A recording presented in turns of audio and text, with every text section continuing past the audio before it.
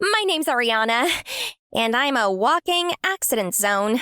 Seriously, I once knocked over an entire shelf of books in the library just by breathing. My clumsiness made me really popular at school. Well, if it isn't Ariana the Klutz doing what she does best, tripping over oxygen. That's Maeve, my, drum rolls please, cousin. You're probably wondering how my own flesh and blood turned into my high school tormentor, so let's rewind. My grandma practically invented good food in our town. She owned the biggest restaurant around. She had 2 daughters, Mom and Aunt Mel. Mom gave birth to me, and Mel, Maeve. Mom totally inherited Grandma's skills. She could whip up a 5-star meal with her eyes closed. While Mom seemed naturally gifted in the kitchen, Aunt Mel was a complete disaster.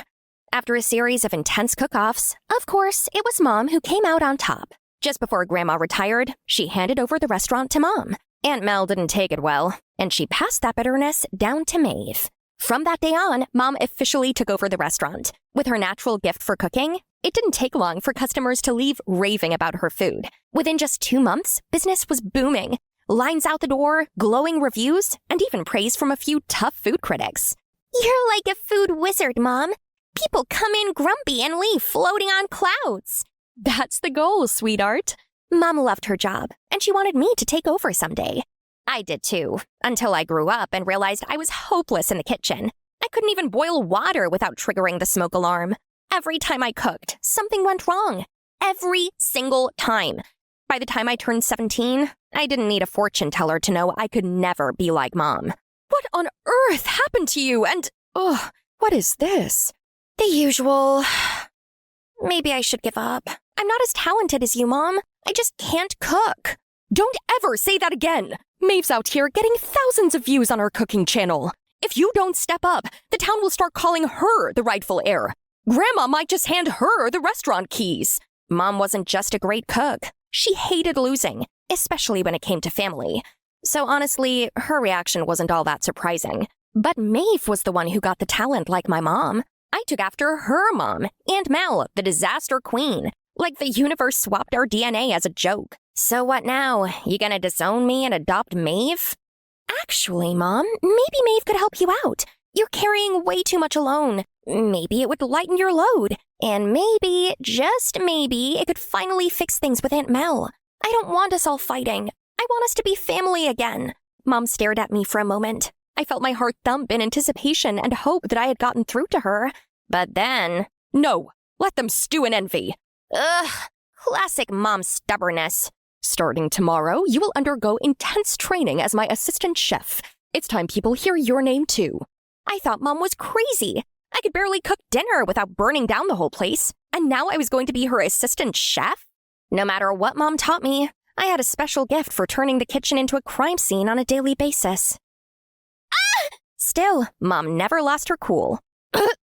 If I overcooked the chicken, she swapped it. If I oversalted the soup, she magically balanced it. Finally, my very first dish, with a lot of help from Mom, was served to an actual customer. Okay, she basically made the whole thing, but served it under my name. My daughter made it. She's a culinary prodigy, just like her mama. So yeah, the town started calling me the next Martha Stewart. Meanwhile, I was low-key freaking out. But Mom's faith in me kept me going. As long as she was by my side, I believed I could do it. But that didn't last long. One day, Mom suddenly got very ill. I took her to a hospital and found out that she was diagnosed with cervical cancer. Since she had to stay in the hospital for a while for observation and treatment, she made me promise I'd take over the restaurant no matter what. But the kitchen was still a war zone for me. If anyone found out I couldn't cook, Mom's dream would shatter, and I was totally clueless about what to do. One afternoon, I was taking a stroll to clear my head when I met someone who could turn out to be the answer to my prayers. A new street chef who looked too cool for this town.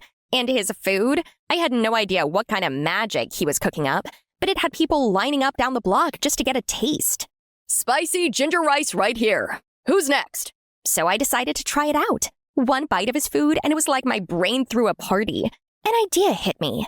If I could get a guy like him to cook for us, I might just save the restaurant and keep my mom's dream alive. I had to wait till evening to catch him, and even then, it wasn't going to be as easy as I thought. Hey, Chef Diego, right? Your seasoning is insane. What, you trying to steal my recipe or something? No, no, definitely not stealing. Just, your food's amazing. So that's it? No other reason why the restaurant's princess has been hanging around here all day? Uh-oh, he knew exactly who I was. No surprise, our restaurant was famous in this town. Okay, you got me. I need your help, please. Without responding, Diego climbed into the driver's seat to drive off. Rude, right? But I wasn't about to back down. So I did something absolutely insane. Hey! Are you trying to get run over, Chica? Only if it means you finally listen. Okay, maybe I'd lost it. But what else could I do? My confidence was gone. The family restaurant was hanging by a thread. You've got guts. I like it. Come in. You have 5 minutes. I got in quickly before he changed his mind and told him everything. Mom's illness, the promise, the mess I was drowning in. Please, I need someone who can actually cook. I need you. I'll pay you anything. For a second, I thought he'd laugh in my face. All right, I'll do it. We'll talk money after the deal's done. Really? But listen, I'm not going to be your shadow forever. You're going to learn. Every dish, every mistake. You're going to mess up, but eventually you're going to cook. Got it? Got it. And just like that, I had a secret chef. Thanks to Grandma's obsession with secret rooms, we had a private kitchen only the head chef could use. When Diego taught me, I thought he would be grumpy and all, but he was actually a sweetheart. Every evening, he patiently coached me. See the flip, slow and steady. Too fast, oil splashes, you panic. Boom, disaster. Stay calm and in control, and mistakes stay small. Your turn, Chica. Diego could teach me all day, but I had the talent of a rock for cooking. Day after day of practice, and I still wasn't getting any better. Just more burned food straight into the trash. After months of trying, I started to give up. All the practice, all the burnt food, it felt like I was going nowhere. So I made a reckless decision. I asked Diego to cook in my place. At first, he refused, but when I promised to pay him more than his entire monthly income from street food sales, he agreed. When food was ready, I served it in the main kitchen like it was mine, while Diego, the real chef, played the dishwasher. Everyone raved about the new and improved dishes. Critics stopped by unannounced, dropping shiny reviews. It felt like magic. While Diego did the actual cooking, I kept myself busy pretending. Chopping, stirring, plating. Just like that, our little illusion worked like a charm. The restaurant's reputation soared, and so did the profits. But good things don't last forever. 3 weeks after I hired Diego, Grandma invited me over, although I had one more trial week before she made her final decision. I've seen the news, Ariana. Your mom would be proud. You're doing great. That's why I'm thinking you'll make a good CEO. Finally! Everything I worked for had led to this moment. But then Grandma said something that dimmed my joy. I'd like Maeve to join you in the kitchen, too. She mentioned choosing this restaurant for her internship, and with all the buzz, I'm sure you could use the help. I smiled, but inside I was spiraling. If Maeve stepped foot in that kitchen, she'd find out everything. Grandma, actually, I don't need— You don't need what? Me? Don't be mean, sis. Unless you've got something to hide. And that was when my fate was sealed. I knew Maeve working here, even briefly, would spell trouble, but protesting would only make Grandma suspicious.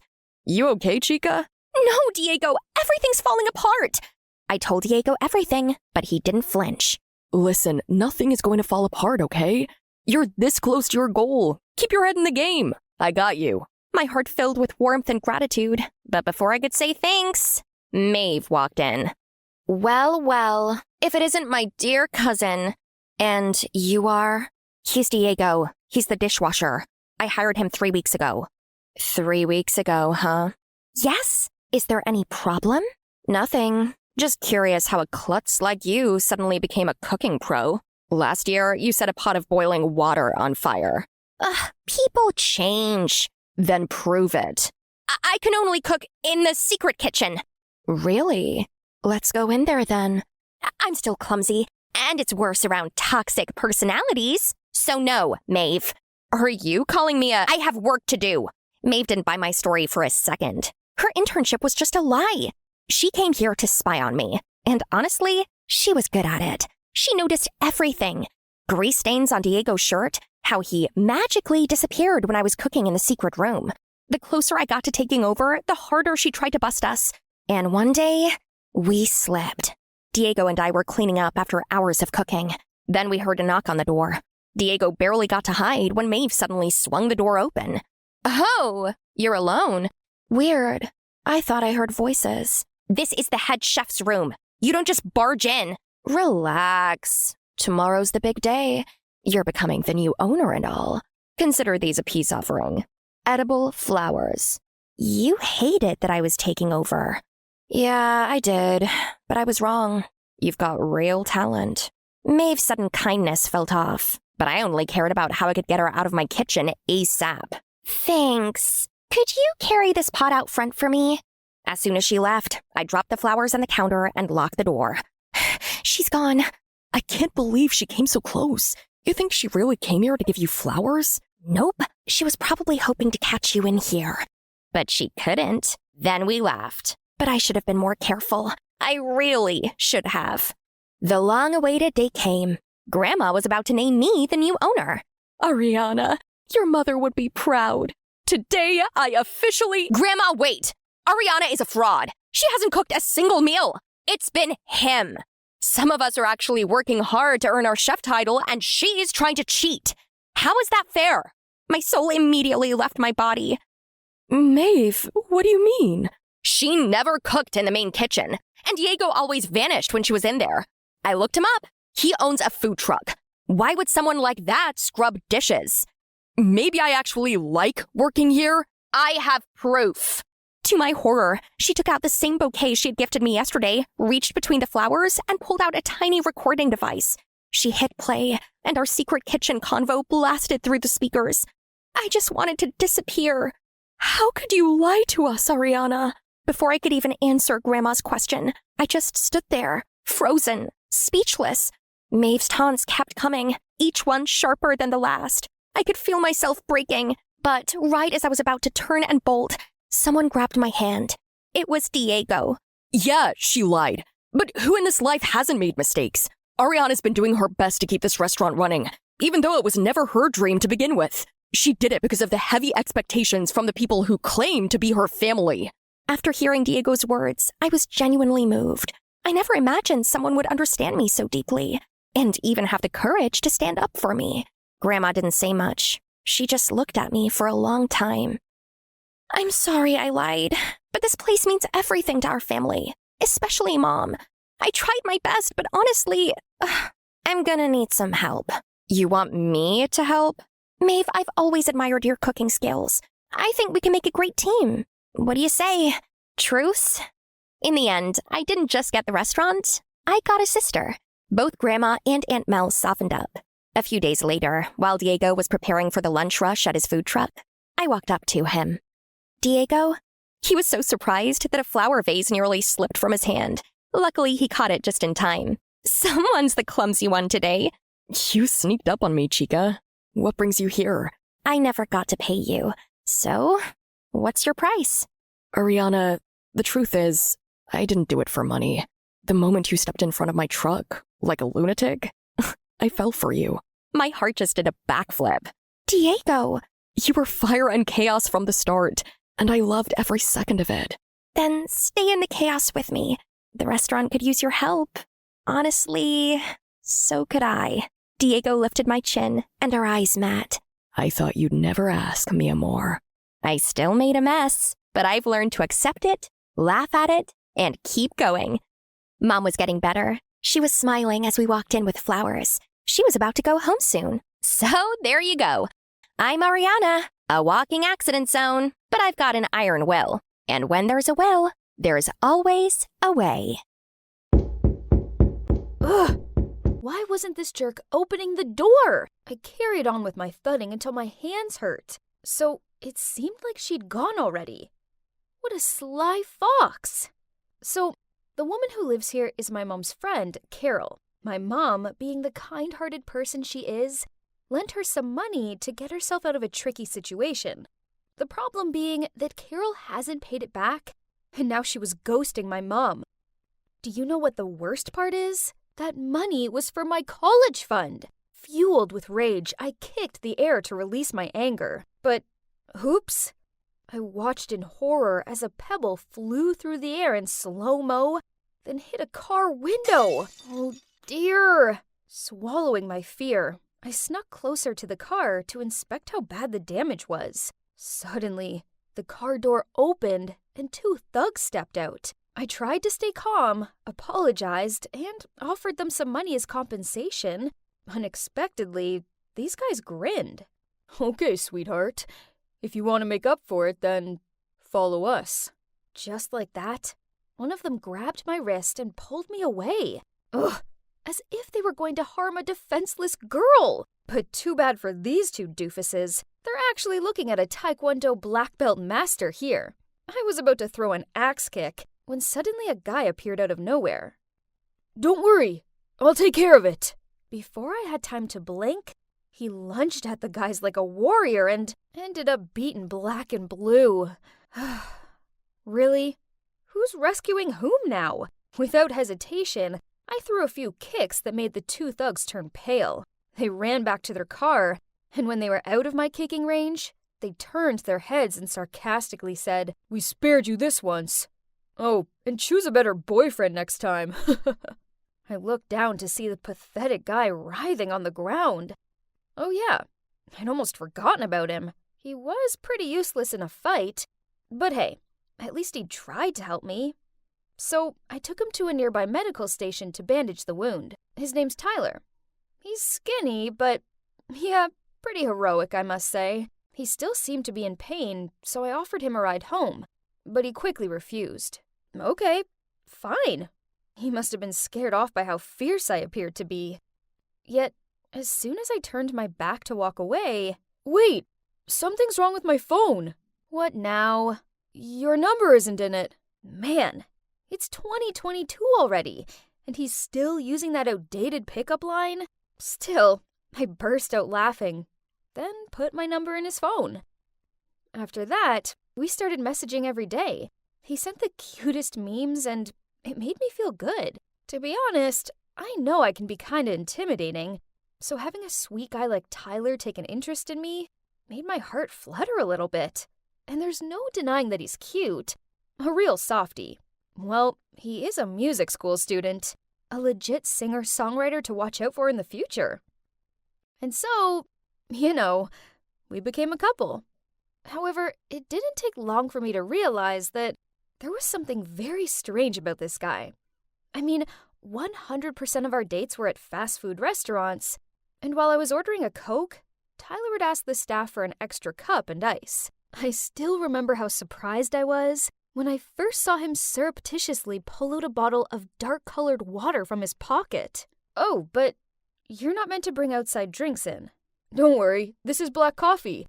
It's basically the same color as Coke, so no one will know." Huh? Did I hear him wrong? Turns out I didn't, as this became a regular occurrence whenever we were out to eat. But that's not all. On a rare occasion, we went for a fruit salad with burrata cheese.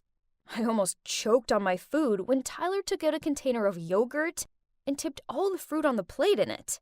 "Well, and here comes fruit yogurt, but I'll put it away for later. It's not so right to eat this here, isn't it?" Then one day, when it was our 3rd-month anniversary, Tyler said he was going to take me to this amazing French restaurant. Wow, I was so excited as he finally broke his rules. But turns out, it was just going to be another typical Tyler date. Things had gone wrong since the first minutes. When he parked up, he started searching his car for change. He even made me look down the side of the seat. Why, you ask? All 'cause the meter was $2.90, but he didn't want to pay $3 and lose a dime. Seriously, a dime! He ran off to find it and left me sitting there alone and hungry for 20 minutes. When he returned, he had this huge grin on his face as he waved the dime in my face. Oh boy, I was so mad. You're probably thinking it couldn't get any worse than that, right? Wrong. Not only did he order a starter as a main dish, but he also asked if there's a discount if he didn't get dressing on his salad. After eating, he rushed off to the restroom and left me with his wallet to pay. He arrived back just as I was about to tip the waiter $10. Seeing this, Tyler leapt across the table, grabbed the $10, and switched it for a nickel. Yes, I repeat, a nickel. Meanwhile, the surprised waiter sarcastically said, "Sir, thank you very much for my nickel tip." The customers close by all tutted at us. I sunk down into my seat, willing for it to swallow me up. Jeez, this was so humiliating. No surprise, I was in a bad mood as we left the restaurant. I was so annoyed I couldn't even look at him. He tried taking my arm and asked me what was wrong. Flinching away from him, I said, "Seriously? Do you even have to ask?" At that moment, a luxury car pulled up alongside us. The car window lowered, and OMG! Inside was Victoria T, this popular teen singer. Before I could register what was going on, Victoria sarcastically said, "Oh, look who's here. Isn't that my poor ex? Can't gold dig me, so you turn to this girl, huh? But your new plan doesn't seem to be working too well either, honey." And the car sped away. So, it turns out he's a professional gold digger? I mean, he hadn't actually asked me for any money, but there's no denying he was stingy. No wonder he never took me back to his place. There was a time when I was so tired of some family stuff at home that I just wanted to come over to his and rest for a while. But he made some excuse about his house being messy. Now I knew he was just keeping distant with me, so later he could dump me easier without any attachment. I was so furious I made a scene, meaning to expose his cheap shots for the whole world to see. Tyler was so embarrassed he fled the scene right away. Whatever. Good riddance. And since then, I didn't hear anything from him again. But, to be honest, I also felt a bit empty not having him around. I missed getting the cute messages he used to send and the soppy look on his face as he sang love songs to me. Oh boy, I'm a big cheeseball, aren't I? Then, one weekend afternoon, I was taking a walk when I happened to see Tyler come out of a cafe. Does he work part-time here or something? So I hid behind a corner and then followed him. I have to admit, I was curious about where he lives. But wait, this road is so familiar. Huh? And it led to Carol's house, the woman who borrowed money from my mom. I was still full of doubt till he pulled out the key to open the door. Ugh. Like mother, like son, huh? So, you both like to scam people, huh? Pay us back now. Stacy? Shut up! Scam's over. Pay us back.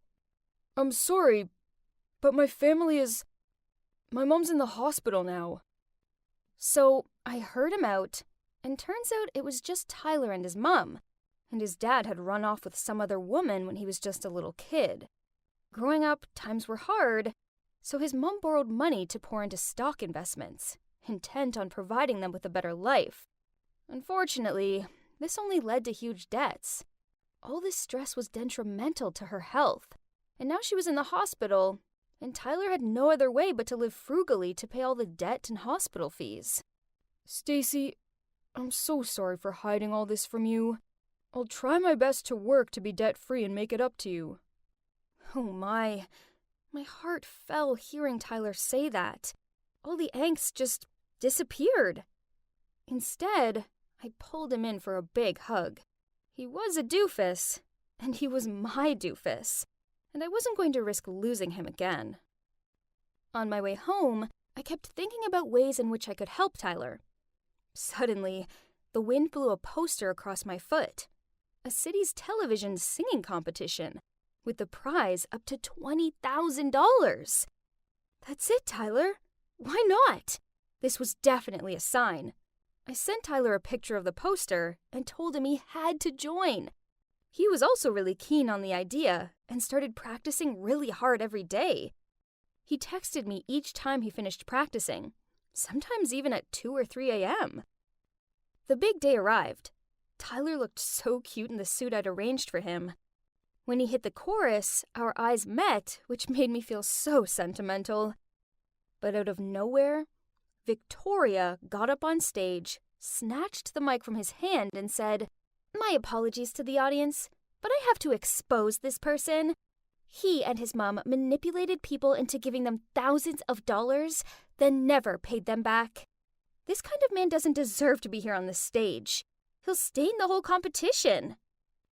Vic, I appreciate your feelings for me, but I already have the one whom I want to protect. I wish you could find someone good for you and better than me. Ladies and gentlemen, it's true that my family is in debt, but we do not and never run away from this. No matter how tough our lives are, I still live true to my conscience and my passion for music. I came here with a pleasant and carefree attitude, so I don't care what people say about me. I just want to give all of myself to music and the audience. Thank you. And now, I'll carry on with the performance.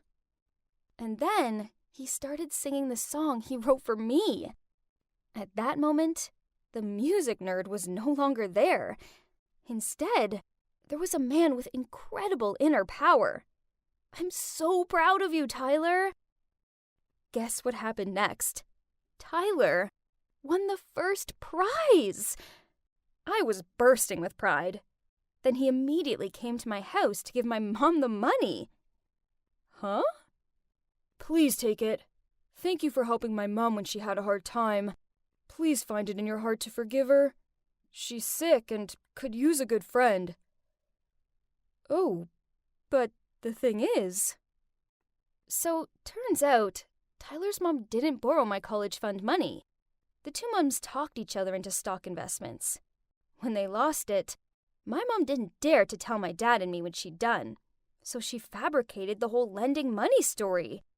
Ugh, Mom. Unacceptable. After that, the three of us went to visit Tyler's mom at the hospital and gave her the prize money to pay off her debts. She burst into tears. Then the two moms hugged and apologized for being so stupid that their kids had to deal with the consequences. Crazy, huh? But you know what? Thanks to all this drama, I found the one who was also the debtor of my life. Being the awesome class president that I am means that it's my job to show this new transfer student, Willow, what's what around here. So, obviously this is the canteen. Heads up, don't eat the stew. Yuck. If you have any trouble finding something, just ask me. Well, I haven't seen you since middle school. What's up? Just still the same. Okay. Oh, you must be confused, but actually I already know Willow. You see, we went to the same middle school together, but to be honest, we never really talked to each other back then. She seems to still be as quiet as always. Oh, and by the way, I'm Natalie, but you can call me Nat. The next few days, I saw Willow always sitting in a corner of the classroom and doodling. She looked kind of lonely, so being a nice person, I decided to sit and talk to her. Hey, Willow, nice shirt. She just gave me this weak smile, then continued doodling. Ugh, talk about awkward. The best thing I could do was just to stupidly smile back, then swiftly left. I didn't really bother with Willow after that. I mean, I said hi if we passed in the hallway or something, but that was it. But it turns out Willow's introverted tendencies hadn't gone unnoticed by other students, as when we were on our school expedition to the woods, I overheard them talking about her. Do you all think that Willow seems a bit weird? Yeah, you're totally right. One time I asked to borrow her eraser, and she just gave it to me without saying anything. She didn't even look me in the eye, just kept on drawing. It was so strange. Huh? Are they seriously gossiping about a new kid? Yeah, so she might not be too sociable, but people should just learn how to respect someone's personal differences, right? Hey, Willow is new here. I don't think it's very nice of you to gossip like this. Also, she's my friend from middle school, so please stop this. But just wondering, has she always been like this? Yeah, I guess. Actually, I was quite surprised to see her in our class. In middle school, her grades weren't that good, so it's kind of odd that she's in the top set with us. I could see the whole group was looking at me with surprised eyes. But hey, that was a few years ago now, so maybe she's changed. I quickly corrected myself. Then, a few days later, I was standing by my locker when suddenly my best friend Layla appeared and gripped my shoulders. Oh my god, have you heard the news? Everybody is saying Willow only got into top set because her parents made a huge donation to the school. Can you believe that? What? Who's spreading this absurd rumor? I don't know, but someone's saying that she wasn't that smart in middle school. Oh my god. Was the rumor culprit me? It was me. I did it at the expedition. Oh no, I didn't mean to. Oh, how could I let this happen? Then when I entered class, I noticed a sobbing Willow being comforted by some other students. I felt horrible, so I also went over to her and tried to cheer her up. Don't worry about it, Willow. Everyone knows this rumor is a lie. Why would anyone do such a thing? I mean, I just transferred here. Who would hate me so much to say something so mean? Oh man, I sure felt guilty. Oh, could things get any worse? Yeah, turns out they can. As after class, Miss Holmes suddenly asked me and Willow to stay behind. Oh no. Did she know I was the one who started the Willow rumor? I sat there sweating like a turkey at Thanksgiving, waiting for Miss Holmes to bust me. But then to my surprise, she said, "Nat, please, can you help me get to the bottom of this horrible rumor?" Phew, what a relief. But at the same time, I was freaking out. How was I supposed to catch the person responsible when I was the one who started the rumor? Albeit accidentally. Ugh, what a dilemma. Wait a minute. I think I have an idea. What about I blame it on a troublemaker? It's not like they would care anyway. Whilst I'm a straight A student, and getting into trouble for this could affect my chances to get into a prestigious college and ruin my life. Right at that moment, this guy called Bob shoved past us, then leaned against the wall and scrolled through his phone. Bingo. Gotcha. I put one hand against the wall and gave him a suspicious look. Hey, Bob. How you doing? Fine. So, about this Willow rumor? Who did you hear it from? Bob just shrugged and continued staring at his phone.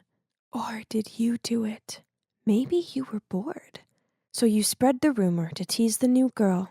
Am I right? Or what? Only by then Bob looked at me. What? Are you crazy? I don't know this Willow girl. Besides, I was off all last week sick. Now leave me alone. Oh man, this was a massive fail. Now what should I do? I needed a minute to think. Okay, don't panic, Nat. You're smart, so you'll think of something. That's when I turned and caught a glimpse of Willow's sad face. Don't worry, I will find out who did it, I comforted her. But inside I was screaming. I hated lying to her, but this was an accident. I never meant to spread that rumor. At that moment, Layla appeared and said she wanted to help. Great! Like this quest wasn't complicated enough. Ugh. Layla told us that she heard the rumor from this nerd Ben. So we all tracked him down and asked him. But he heard it from some other dude, and it went on until a girl said that she heard it from Ashley. That's when I remembered that Ashley was on the talking group in the expedition. Oh no. I had to stop this encounter between us. So when they spotted Ashley, I started making weird noises and made out I had a stomachache. They were still going to her, so I had to scream loudly like I was in labor. In the medical room, I continued screaming as if I was in a lot of pain. The nurses diagnosed that it might be appendix pain, so I immediately needed to be transferred to the hospital. I instantly stopped screaming as soon as I heard that and said, "It's just that time of the month." Phew, that was close. But at least I've successfully stopped them from investigating Ashley. Well, I spoke too soon, because right that second, Ashley walked into the medical room, but thank God she didn't mention me. Instead, she said Carl told her about it. Phew. To my luck, Carl was absent today, so the manhunt had to end here. It would unfortunately continue tomorrow, though. As we warily walked out of school, I glanced over at Willow and saw that she looked really down. Ugh, that made me feel so bad. So to make it up for her, I asked her if she wanted to grab a sandwich. My treat, of course. And she said yes. That sandwich was so good. And Willow seemed to enjoy hers too. It was great to see her happier, so I decided to extend our trip by going to the mall. Willow kept on glancing at this dress, but it was out of her price range, so being the awesome friend that I am, I bought it for her as a gift. Well, that's the least I can do after everything I'd done to her, right? But then I noticed something weird. When I was standing at the counter to pay for it, I turned around and saw her smirking. Then when she saw me looking at her, she immediately smiled and thanked me for the dress. Huh, so strange. The next day, the rumor scavenger hunt continued. Ugh. We cornered Carl and questioned him, but he couldn't remember where he heard it from. Layla asked him to think carefully, and he just shrugged and said he had no idea. Layla got suspicious, so she immediately reported him to the principal's office. I didn't even have a chance to stop her. The next thing I knew, we were being called out over the loudspeaker and summoned to go to the principal's office. Then Carl confessed that yesterday he got an anonymous message via Facebook saying that they were willing to pay him if he agreed not to tell the name of the person who told him the rumor. He showed us his phone, but all the messages and the user account didn't exist anymore. That's right. I was the anonymous user who contacted Carl yesterday. Thank God I deleted the messages and the account on time. But things weren't that simple. The principal decided to suspend Carl for withholding information. Finally, my plan worked. But why wasn't I feeling happy about it? On the contrary, I felt bad. Really, really bad. Blaming someone for my mistake wasn't right. I couldn't do that to Carl. So I stood up and blurted out, "It was me all along. I started the rumor, but it was an accident." Well, and that's it. Cue a 2-week suspension. Now Willow is refusing to hear my apology, and everyone else thinks I'm some villain. Only Layla has stuck by my side and remained adamant there was more to the story. Then, a few days later, when I was trying to curb my boredom with potato chips and a Love is Blind marathon, Layla came by and told me the shocking news. There may be a chance that I wasn't the person who spread the rumor about Willow. The thing is, Layla continued asking around school and ended up with a girl named Rosa, who had a reputation for gossiping. Rosa told Layla that she was in the bathroom when suddenly a girl in the cabin next to her started telling her about the rumor. Rosa found it odd, so she bent down to see who it was, but the only thing she could see was a pair of pink Nike Air Force One. Then Layla asked me, "You know who always wears those, right?" I nodded. "But objectively, there could be other girls who own the same shoes, correct?" Fortunately, Rosa also noticed an important detail that will help us close the case. The right shoe has a tear mark. I checked our suspect's shoes, and they match. So we finally knew who really did it. We just needed a plan to trap them. The next day, we called Willow to meet us at a cafe and told her that we found the real culprit. But when Willow arrived, she immediately got mad and yelled at me. "Stop blaming it on somebody else. Maybe the person heard you when you were speaking about me during the expedition trip." As soon as Willow said that, Layla and I immediately looked at each other and grinned. "What's so funny? I never told you that I spread the rumor at the expedition. I didn't even tell the principal. I only confessed that I was the one who said it. That's all." Willow looked shocked. Then we told her about Rosa and how she saw Willow's shoes, so Willow couldn't deny it anymore. "Okay, it was me. I've never liked you, and you think you're so perfect. So at the expedition, when I overheard you talking about me like that, it made me so mad that I came up with the idea to spread the rumor about myself and then blame it on you. So you'd look like a horrible person and I'd get people's sympathy. A genius plan, right?" Oh my, oh my. Who would have thought that the victim herself was actually the one who did the crime? Layla got so mad that she immediately wanted to report Willow to the principal, but I stopped her. I realized that it was partly my fault too. If I hadn't told people anything about Willow, then this never would have happened. So, well, after that, Willow and I stopped talking to each other. Actually, if I see her in the hallway, I'll purposefully walk the other way. But anyway, thanks to this incident, I learned some valuable lessons. Never, ever gossip, as it's just not worth it. And also, choose your friends wisely.